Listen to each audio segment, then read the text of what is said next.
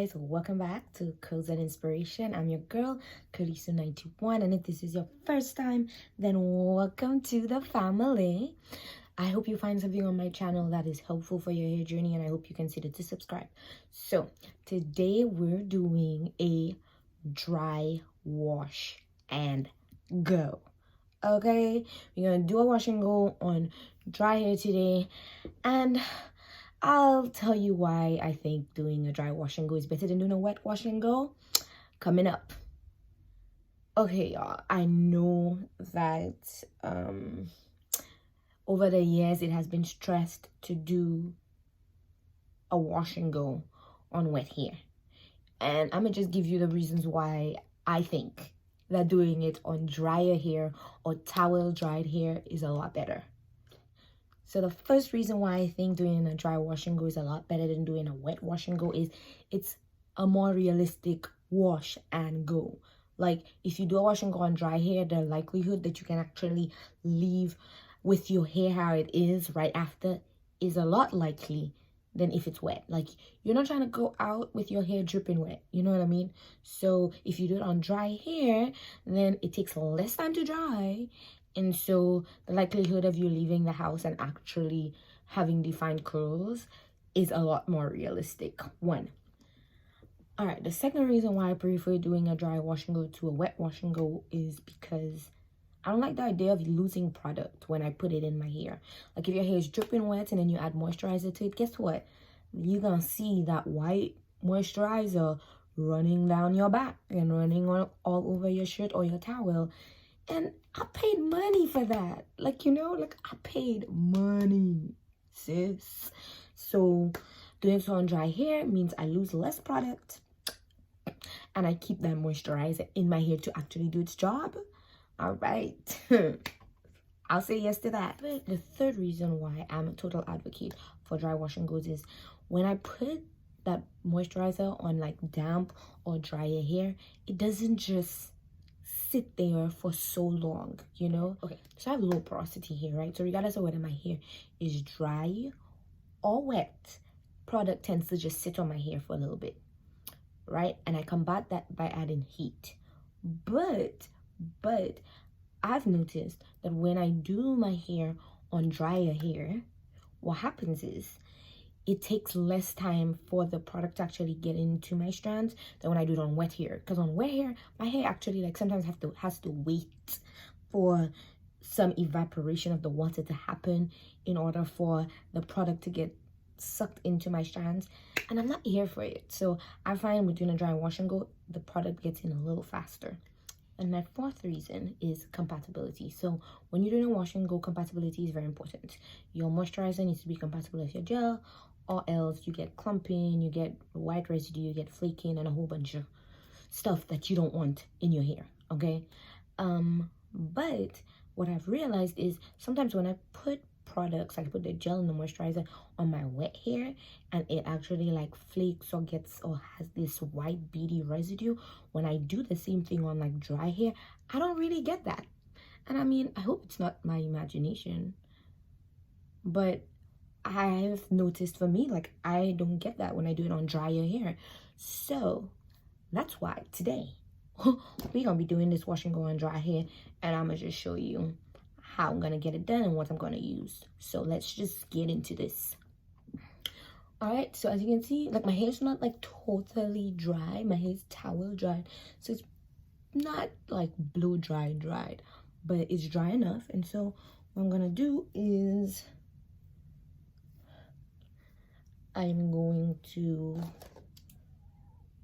put that up, one side up, and I'm gonna start with this side. You know, sectioning is key when you're doing a wash and go, and the same applies when you're doing a dry wash and go.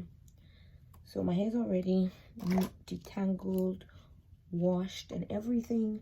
So now I'm just gonna go ahead and put in my moisturizer. So today I'm gonna use the Maui Moisture, the Cool Quench plus coconut oil.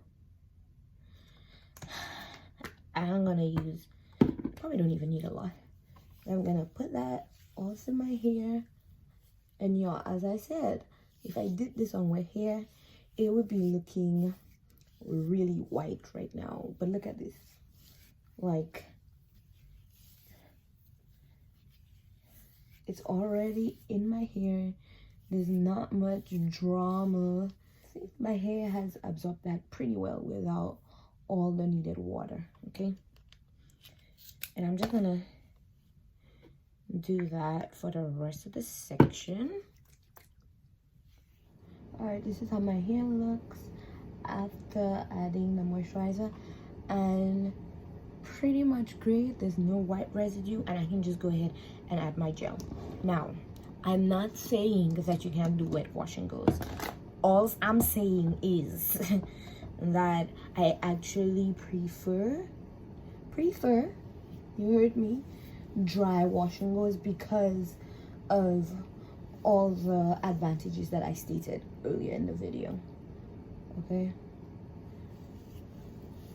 look at that. And I can add that gel and I'm like Gucci. So I'm gonna go section by section again with that gel. And this is my hair after I have applied the gel. And I feel like I may need to put some more in the roots. So I think that's the biggest thing. When your hair is not wet, like getting the roots to not be as like puffy or fluffy is a big thing. So you have to concentrate a lot of the gel on your roots just to get those a little more stretched. So there's that. Okay, so this is what my hair looks like after adding the gel. I'm just gonna go ahead and add gel to the rest of these sections. So this is what my hair looks like after putting in the gel into this section. And it looks great, doesn't it? And it's not dripping wet. It's probably right. Now I'm gonna go ahead and do that to the rest of my hair. But okay, y'all, so I'm done adding the gel and everything to my hair. So I'm just gonna show you what it looks like before I air dry it. So this is what it looks like. That's what it looks like. And so I'm just gonna let all of this just air dry, and then I'll be back to show you what it looks like once it's dried. Okay guys, it's been like 9 hours. So my hair is practically dry. I would say maybe about 95% dry right now. I'm just gonna turn around to show you all this shrinkage.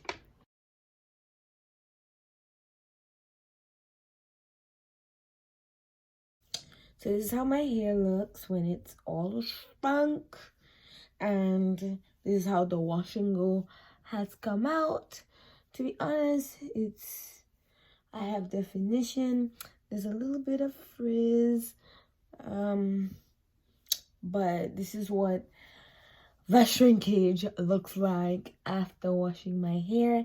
And so I do want to say that whether your hair is wet or dry when you do a wash and go, once you put gel in your hair and moisturizer, it's gonna take a little longer for your hair to dry. And so you can choose to air dry it like I did, or you can use a blow dryer to air dry it, and that's all up to you. But I chose to air dry, and me air drying took about 9 hours. It was I would say probably 7 hours because it's been like this. But if you're in a rush and you gotta go, use some heat. Just go ahead and blow dry your hair. But I didn't have anywhere to go and I didn't have anything to do, so air drying worked for me. But this is what it actually looks like right now. And what I actually do after I do a wash and go and it's dry, I go ahead and stretch it, because I am not loving the shrinkage. Do you get what I mean? Like, it's cool and all, I got a nice little definition and stuff, but I'm not feeling this shrinkage. So what I usually do is I will stretch my hair, and I'm going to put up a video of the 5 ways in which I stretch my hair, and I'm going to show you the results from the first one right up. All right, y'all, this is the final look for this wash and go after being stretched. I'm gonna just give you a 360.